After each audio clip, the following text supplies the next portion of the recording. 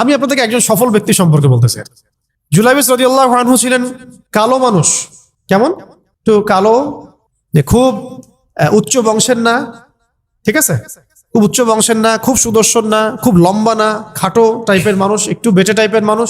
টাকা পয়সা একদমই নাই, একদমই টাকা পয়সা নাই, বংশমর্যাদা এইসব দিক থেকে তাকে আন্ডার স্টিমেট করা হয় আর কি। এমনকি ফিজিক্যাল স্ট্রাকচারও তারা আমাদের অনেকের মধ্যে সুদর্শন না।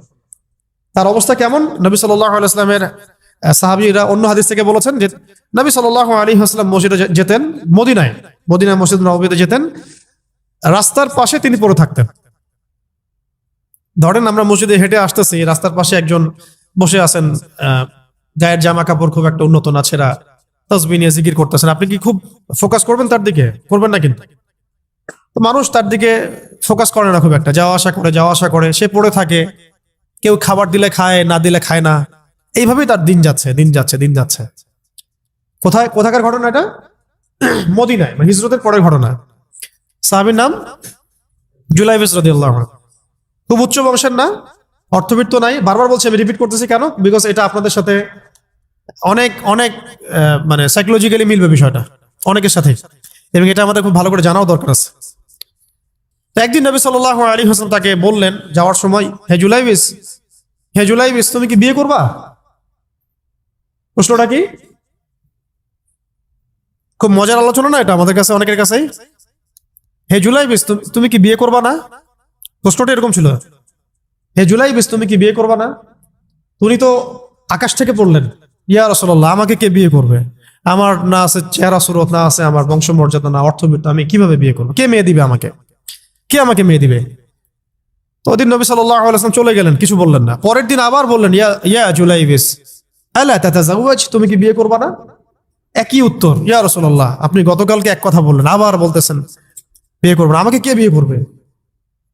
তৃতীয় দিন নবী সাল্লাল্লাহু আলাইহি ওয়াসাল্লাম আবার বললেন, আলা তাতাজাওয়াজ ইয়া জুলাইবিস, তুমি কি বিয়ে করবে না হে জুলাইবিস? তিনি এবার বলছেন, আপনি কি আমার সাথে রসিকতা করতেছেন? আমাকে কে বিয়ে করবে? তো নবী সাল্লাল্লাহু আলাইহি ওয়াসাল্লাম বললেন যে অমুক আনসারী সাহাবীর বাসায় যাও। অমুক আনসারী সাহাবীর বাসায়, আনসারী সাহাবী কারা? যারা মুহাজির সাহাবীদেরকে আশ্রয় দিয়েছেন। অমুক আনসারী সাহাবীর বাসায় যাও, সেখানে একজন বিবাহযোগ্য নারী আছে, মেয়ে আছে, তাকে গিয়ে বলো যে আমি রাসূল সাল্লাল্লাহু আলাইহি ওয়াসাল্লামের পক্ষ থেকে আমার বিয়ের প্রস্তাব নিয়ে আসছি। তিনি গেলেন, যাওয়ার পরে বললেন যে আমাকে প্রস্তাব সহ পাঠানো হয়েছে। মেয়ের বাবা আর মায়ের রিয়াকশন ছিল অনেকটা সাধারণত যা হয় তেমন আর কি। তুমি বিয়ের প্রস্তাব নিয়ে আসছো, তুমি কি খাওয়াবা মেয়েকে? কোথায় রাখবা? তোমার তো নিজের কোনো থাকার জায়গা নাই। প্রশ্ন কিন্তু যৌক্তিক কি? আমি মেয়ের তো বাবা, আমিও তো এই প্রশ্নই করবো নাকি? প্রশ্ন করবেন না? আপনার মেয়ে থাকলে এভাবে প্রশ্ন করবেন তো আপনি। তো তারাও সেই প্রশ্ন করলেন, এমনকি এক পর্যায়ে রিফিউজ করে দেওয়া হলো, না এটা পসিবল হবে। এই কথাগুলো, কনভারসেশন গুলো ভিতর থেকে শুনছিলেন সেই মেয়ে নিজেই, আনসারী সাহাবী, মদিনার আনসারী মেয়ে। মদিনার আনসারী মেয়েরা কিন্তু অনেক সুদর্শন, তৎকালীন সময় কাছে উচ্চ বংশের, সুদর্শন, খুবই এলেম বলা হতেন তারা, হিপস ক্ষমতা খুব থাকতো, খুবই জজবাওয়ালা, মানে জিহাদের মাঠে একদম যুদ্ধ করেছেন তারা একদম। নবী সাল্লাল্লাহু আলাইহি ওয়াসাল্লামের আশেপাশে ছিলেন। উহুদের সময় একজন আনসারী সাহাবী ছিলেন, মহিলা সাহাবী, উম্মে আমারা তীর ছুঁড়েছেন নবী সাল্লাল্লাহু আলাইহি ওয়াসাল্লামের পাশে। তো ওনারা কিন্তু খুবই গায়রতওয়ালা মানুষ। তিনি বলছেন, হে আমার বাবা মা, এই প্রস্তাব কে পাঠিয়েছে? নবী সাল্লাল্লাহু আলাইহি ওয়াসাল্লাম। যে প্রস্তাব রাসূল পাঠিয়েছেন সেটাকে কিভাবে তোমরা ডিনাই করো? আমি জুলাইবিসকে বিয়ে করবো ইনশাআল্লাহ। কে বলছেন এটা? আপনি পুরো সিস্টেম খুঁজে এরকম একটা আনসারী সাহাবীর মতো মেয়ে আমাকে দিতে পারবেন? ইল্লা মাশাআল্লাহ, হইতে পারে ইল্লা মাশাআল্লাহ। তো ওই মেয়ে নারী সাহাবী, তিনি রাজি হলেন। এবার শোনেন, এবার বিয়েও হলো, মাশাআল্লাহ, বাসর হলো, এবং সকালবেলা আওয়াজ হচ্ছে, মদিনার চারপাশে এলান হচ্ছে যে হে মুসলিমরা, সবাই বের হও, ইহুদিদের সাথে যুদ্ধে আমাদেরকে খায়বারে যেতে হবে। ইহুদিদের সাথে যুদ্ধে আমাদেরকে খায়বার আক্রমণ করতে হবে। নবী সাল্লাল্লাহু আলাইহি ওয়াসাল্লাম তোমাদেরকে আদেশ করেছেন। এটা কিন্তু হুদাইবিয়া সন্ধির পরের ঘটনা। আর ইহুদিদের সাথে আমাদের বেশ কয়েকটা যুদ্ধ হয়েছে, বনু কুরাইজার সাথে, বনু কাইনুকার সাথে, বনু নাজিরের সাথে, এবং ফাইনালি খাইবারে এদের সাথে। তো জুলাইবিস রাদিয়াল্লাহু আনহু বের হয়ে গেলেন যুদ্ধের জন্য। এবং খায়বারের যুদ্ধ হলো, খায়বার অবরোধ করা হলো, এবং খায়বার যুদ্ধের বিশাল হিস্ট্রি আছে, আপনারা পড়ে নিয়েন, লম্বা কথা। এই খায়বার দুর্গ জয় হয়, এবং এই দুর্গ পুরো জয় করতে, সবগুলো দুর্গ জয় করতে মোট 12 থেকে 16 জন মুসলিম সাহাবী শহীদ হন। 12 থেকে 16 জন বা 18 জনের মতো আর কি, এই ফিগার, এই যুগের মতো 12 থেকে 16 বা 18, এতটুকু, এত কম সংখ্যক সাহাবী শহীদ হয়েছেন খায়বার যুদ্ধ জয়ে। আর ইহুদিদের তো বহু ইহুদি মারা গেছে।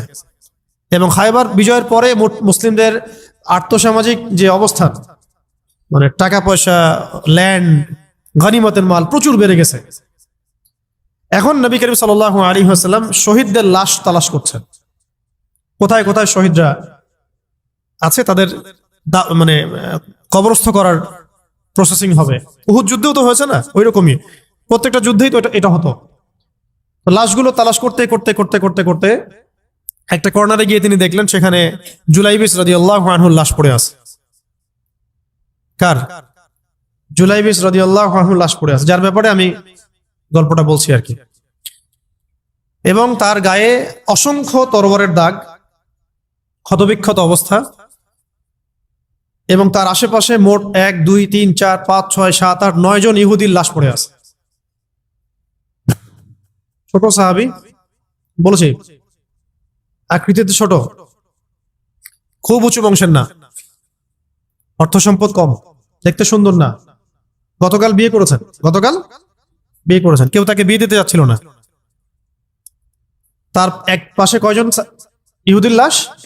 তার পাশে মোট 9 জন ইহুদির লাশ পড়ে আছে, মাঝখানে তার লাশ ক্ষতবিক্ষত অবস্থায়। এই অংশটুকু আপনারা পড়ে নিয়েন, পড়লে আরো ভালো ফিল করবেন, একা একা পড়লে আরো ভালো ফিল করবেন। নবী সাল্লাল্লাহু আলাইহি ওয়াসাল্লাম নিজে তার কাছে গেলেন, হাদিসের মধ্যে আসছে, সিরাতের কিতাবের মধ্যে আসছে, নবী সাল্লাল্লাহু আলাইহি ওয়াসাল্লাম নিজে তার কাছে গেলেন, যাওয়ার পরে তার যে মাথা, সেই মাথার পাশে নবী সাল্লাল্লাহু আলাইহি ওয়াসাল্লাম বসলেন। বসার পরে নিজের হাতে জুলাইবিস রাদিয়াল্লাহু আনহুর চেহারা থেকে এরকম করে ধুলাবালিগুলো সরান নবী সাল্লাল্লাহু আলাইহি ওয়াসাল্লাম। তার গা থেকে রক্তগুলো আমাদের নবী সাল্লাল্লাহু আলাইহি ওয়াসাল্লাম মুছলেন, আদর করলেন, চুলগুলো ঝাড়লেন। দৃশ্যটা চিন্তা করেন, তার চুলগুলো তিনি ঝাড়তেছেন, চেহারা থেকে রক্তগুলো মুছতেছেন। কে? নবী সাল্লাল্লাহু আলাইহি ওয়াসাল্লাম তার চেহারা ধুলাবালিগুলো মুছতেছেন। নিজের এই পায়ের মধ্যে, উরুর মধ্যে তার মাথাটাকে নিয়ে এসে রাখলেন নবী সাল্লাল্লাহু আলাইহি ওয়াসাল্লাম। রাখার পর এইভাবে আদর করতেছেন। আর এরপর উপরের দিকে তাকালেন, তার জন্য তো দোয়া করলেন, উপরের দিকে তাকালেন, তাকে চোখ নামায় নিলেন। সাহাবায়ে কেরাম তো আশেপাশে আছেন অনেকেই, বললেন যে ইয়া রাসূলুল্লাহ, আপনি এমনটা কেন করলেন, চোখ নামায় নিলেন কেন? তখন তিনি বললেন যে আমি দেখলাম যে জান্নাতের হুরদের মধ্যে অসংখ্য হুর ছুটে আসতেছে, কে জুলাইবিসকে আগে বরণ করবে তার জন্য। তিনি নিজে কাঁদলেন, জুলাইবিসের জন্য নিজে কাঁদলেন, নিজের হাতে তাকে এইভাবে উঠালেন। তিনি ছোট মানুষ ছিলেন। এরপর 2 হাত দিয়ে তাকে উঠালেন, উঠাই নিজের হাতে তাকে দাফন করলেন। দাফন করার পর তিনি বললেন, ইয়া জুলাইবিস, হে জুলাইবিস, আনতা মিন্নি ওয়া আনা মিনক, তুমি আমার অংশ, আমি তোমার। হে জুলাইবিস, তুমি আমার, আমি তোমার। হে জুলাইবিস, তুমি আমার, আমি তোমার। এই কথাটা বললেন কে? নবী সাল্লাল্লাহু আলাইহি ওয়াসাল্লাম। এখন আপনাদেরকে আমি সাফল্যের মানদণ্ড কিভাবে বোঝাবো? এর বাইরে কোনো ভাষা নেই আমার কাছে। সাফল্য বলতে কি বোঝান? এই সিস্টেম সাফল্য বলতে কি বোঝায়? এই ওয়ার্ল্ড অর্ডারটা সাফল্য বলতে কি বোঝায়? এই বস্তুবাদী জগৎটা আমাদেরকে সাফল্য বলতে আসলে কি বোঝায়? সাফল্য বলতে বোঝাচ্ছে ইমান। সাফল্য হলো ইমান, বিশুদ্ধ আকীদা, বিশুদ্ধ আমল, আল্লাহর আনুগত্য, রাসূলের আনুগত্য, দুনিয়ার জীবনে মুসাফিরের মতো থাকা, যতটুকু প্রয়োজন ততটুকু সন্তুষ্ট থাকা, একজন নেককার স্ত্রী, সুসন্তান সন্ততি, আদর্শ একটা পরিবার, হালাল একটা রিজিক, বাস। ইসলামের জন্য দাওয়াত, তাবলীগ, মেহনত, দিন প্রতিষ্ঠার চেষ্টা, প্রয়োজনীয় জিহাদ, প্রয়োজনীয় শাহাদাত। আর কি আছে সাফল্য বলতে? এরকম সাহাবী একজন নয়, কিন্তু এক একজন সাহাবী সম্পর্কে এক একটা করে কথা বলা যাবে। হানজালা রাদিয়াল্লাহু আনহুর নাম শুনছেন? হানজালা রাদিয়াল্লাহু আনহু, তিনিও বিয়ে করেছেন একদিন। তার পরের দিন সকালে উহুদের যুদ্ধে গিয়েছেন। 70টা আঘাত সহ্য করেছেন, বলা হচ্ছে কিতাবের মধ্যে 70-80টা আঘাত তার দেহে ছিল। শহীদ হয়েছেন। উহুদ যুদ্ধে যখন সাহাবীদেরকে দাফন করা হচ্ছে, তখন তিনি নবী সাল্লাল্লাহু আলাইহি ওয়াসাল্লাম দেখলেন হানজালা রাদিয়াল্লাহু আনহুর লাশটা ভেসে আছে, বাতাসে ভেসে আছে, এবং লাশ থেকে পানি ঝরতেছে। সাহাবীরা জিজ্ঞাসা করলেন, ইয়া রাসূলুল্লাহ, এটা কেমন, এটা কিভাবে হচ্ছে? তখন নবীজি বললেন যে হানজালা গত রাতে বিয়ে করেছে, গোসল করার সময় পায় নাই, সে সকালবেলা চলে আসে যুদ্ধের মাঠে, ফেরেশতারা তাকে গোসল দিচ্ছেন, এটার পানি পড়ছে, আমরা দেখতে পাচ্ছি। সাফল্যের সংজ্ঞা আসলে কি? তো আল্লাহ পাক আমাদেরকে আসলে দুনিয়ার হাকিকত বোঝার তৌফিক দান করেন। কিছু কিছু আইডিওলজি আছে যেটা আপনার ভিতর চলে আসলে বাকি সব ঠিক হয়ে যাবে।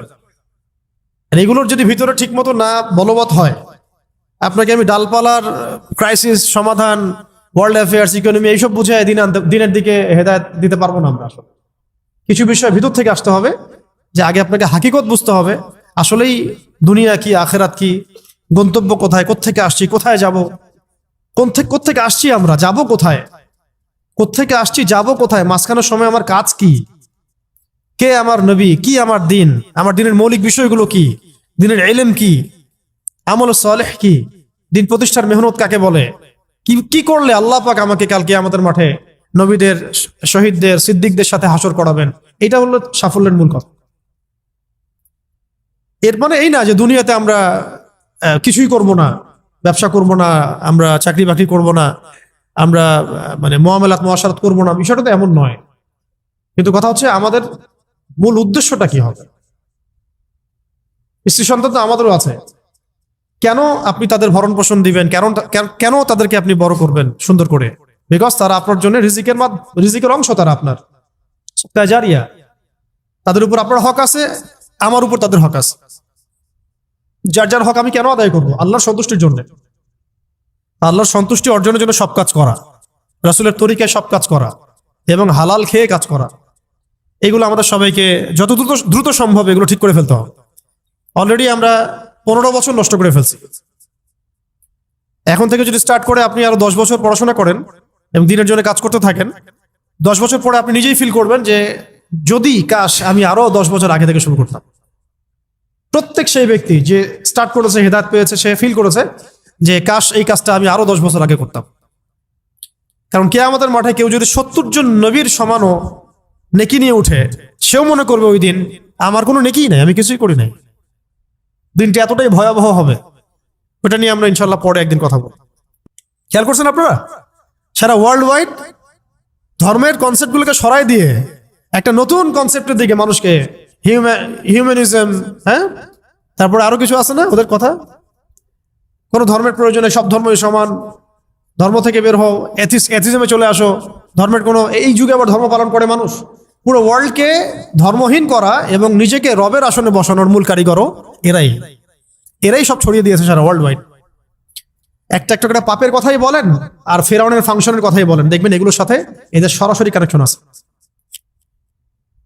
ইভেন প্রযুক্তিগত উৎকর্ষের পিছনেও, নিউক্লিয়ার ওয়েপন্সের পিছনেও, মুসলিম নিধনের পিছনেও ইউনাইটেড নেশনস তো তারাই করেছে। ওয়ার্ল্ড ব্যাংক দিয়ে আমাদের রক্ত চোষা হয়েছে, এখনো হচ্ছে। ইসলামিক কারেন্সি উঠাই দেওয়া হয়েছে, কি করা হয় নাই? আর আমরা এগুলোকে মানে উন্নয়নের মানদণ্ড মনে করছি আর কি। শুধু তাই না, ইসলামিক খেলাফা ডিস্ট্রয় করেছে কারা? ওরাই। আমাদেরকে 57টা রাষ্ট্রে ভাগ করেছিল কারা? ওরাই। ওয়ান উম্মাহ কনসেপ্ট ভেঙে দিয়েছিল কারা? এরাই। আপনাকে আমাকে ন্যাশনালিজম গিলাইছে কারা? জাতীয়তাবাদ গিলিয়েছে কারা? এরাই। মুসলিমদেরকে কমিউনিস্ট বানিয়েছে কারা?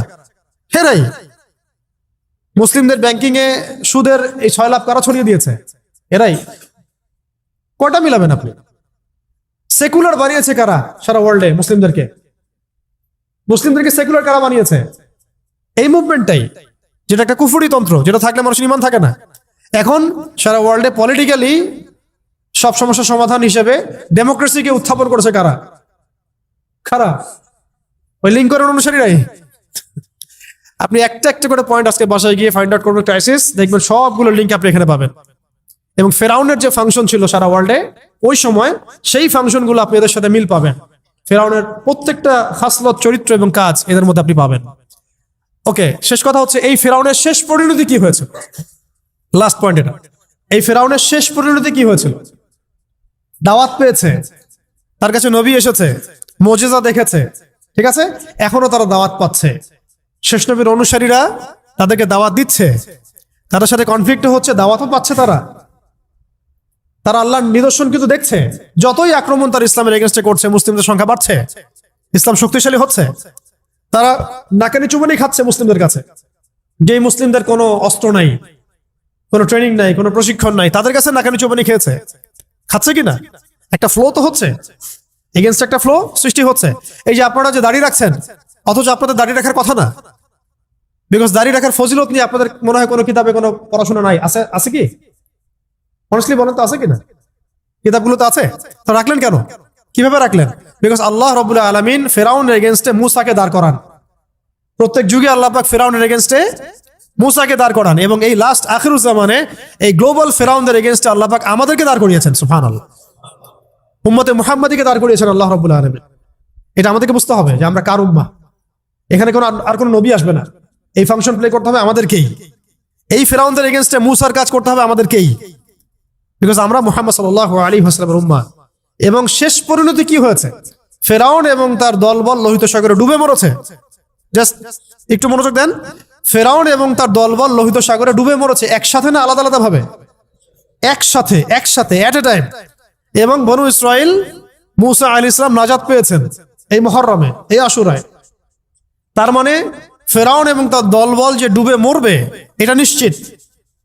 এটা কি নিশ্চিত? কারণ ফেরাউন পরবর্তীতে যে নিদর্শন, আর মূসা আলাইহিস সালাম এবং তার অনুসারীরা যে নাজাত পাবে, বিজয়ী হবে, এটাও নিশ্চিত, এটাও লিখিত হয়ে গেছে। এখন আপনারা ক্যালকুলেট করবেন।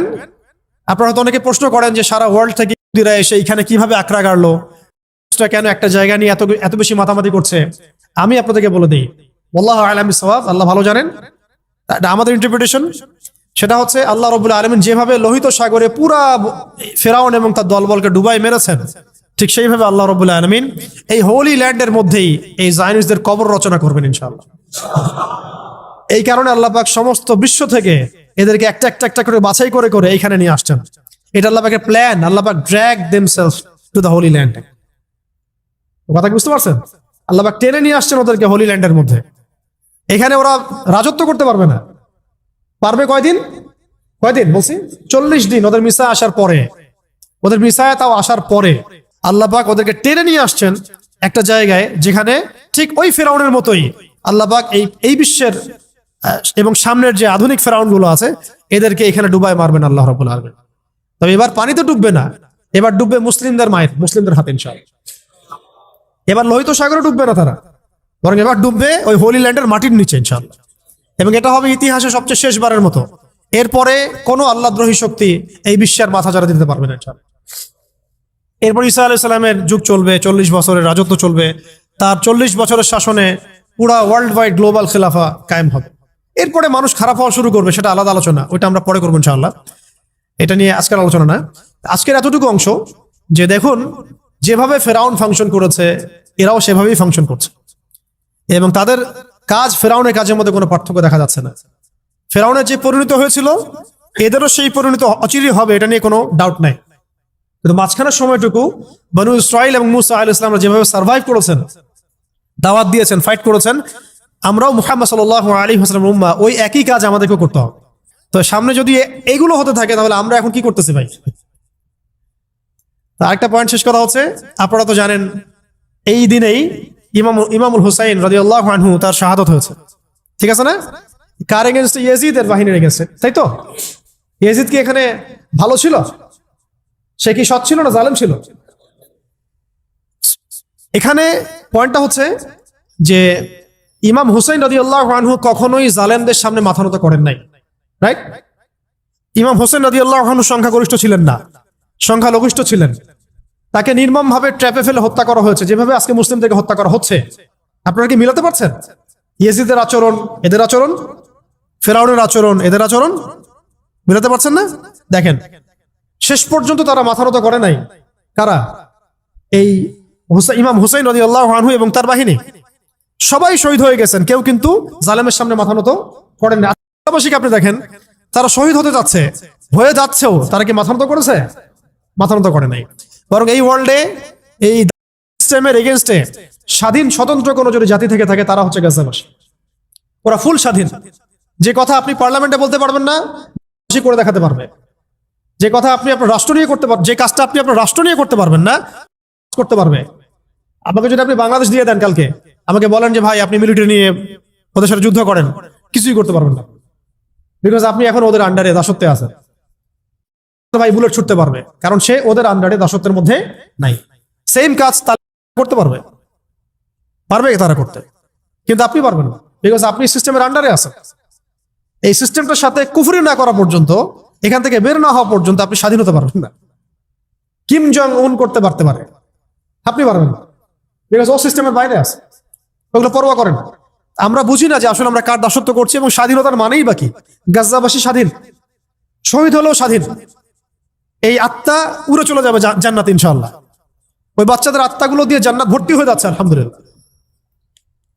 আমরা প্রজেক্টে কাজ করার সময় আমরা বলছিলাম সান্ত্বনা কিভাবে দিব, আমরা বলছিলাম এভাবে যে জান্নাত আপনাদের আপনাদের সোলগুলো দিয়ে জান্নাত ভর্তি হয়ে যাচ্ছে আলহামদুলিল্লাহ।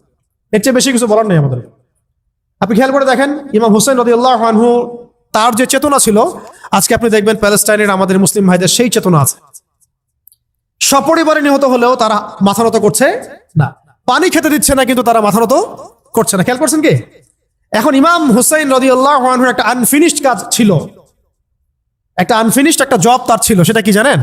সেটা হলো ইয়াজিদ বাহিনীর গোড়া একেবারে শেষ করে ফেলা, কেটে ফেলা। ইয়াজিদ বাহিনী মানে জালেমদের গোড়াটাকে কেটে শেষ করে ফেলা, একটা কাজ ছিল কার? ইমাম হুসাইন রাদিয়াল্লাহু আনহু। এবং এই কাজেই তো তিনি যুদ্ধ করতে গিয়েছিলেন, তাই না? যাতে করে জালেমের শেকড়টা তিনি উপরে ফেলতে পারেন, এটা ছিল তার মিশন। কিন্তু শেষ পর্যন্ত সেই মিশনটা অ্যাচিভ হয় নাই, আল্লাহ পাক তাকে শাহাদাত দিয়েছেন আলহামদুলিল্লাহ।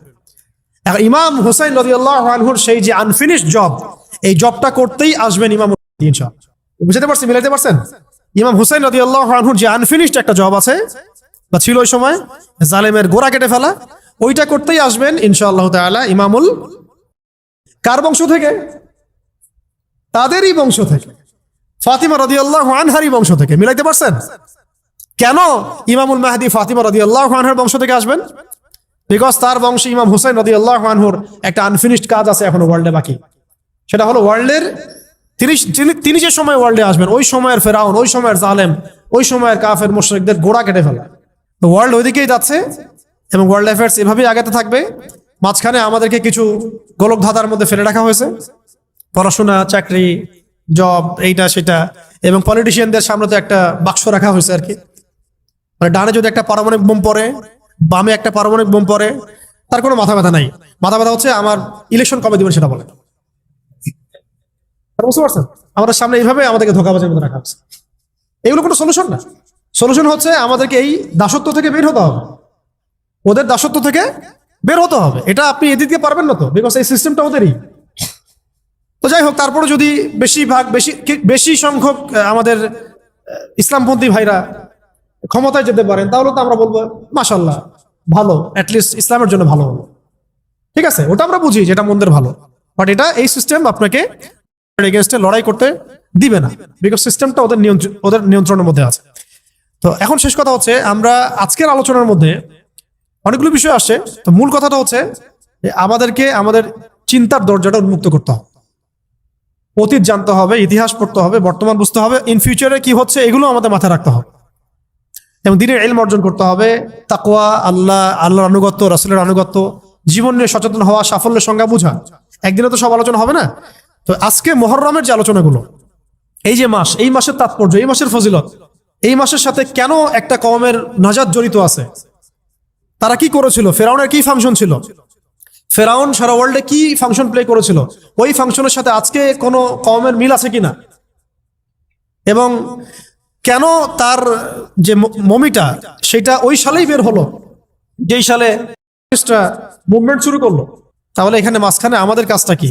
সেই ইমামুল হুসাইন রাদিয়াল্লাহু আনহুর যে কাফেলা, সেই চেতনা, সেই আদর্শ ধারণ করা এবং সেইভাবে নিজেদের জীবনটাকে প্রস্তুত করা।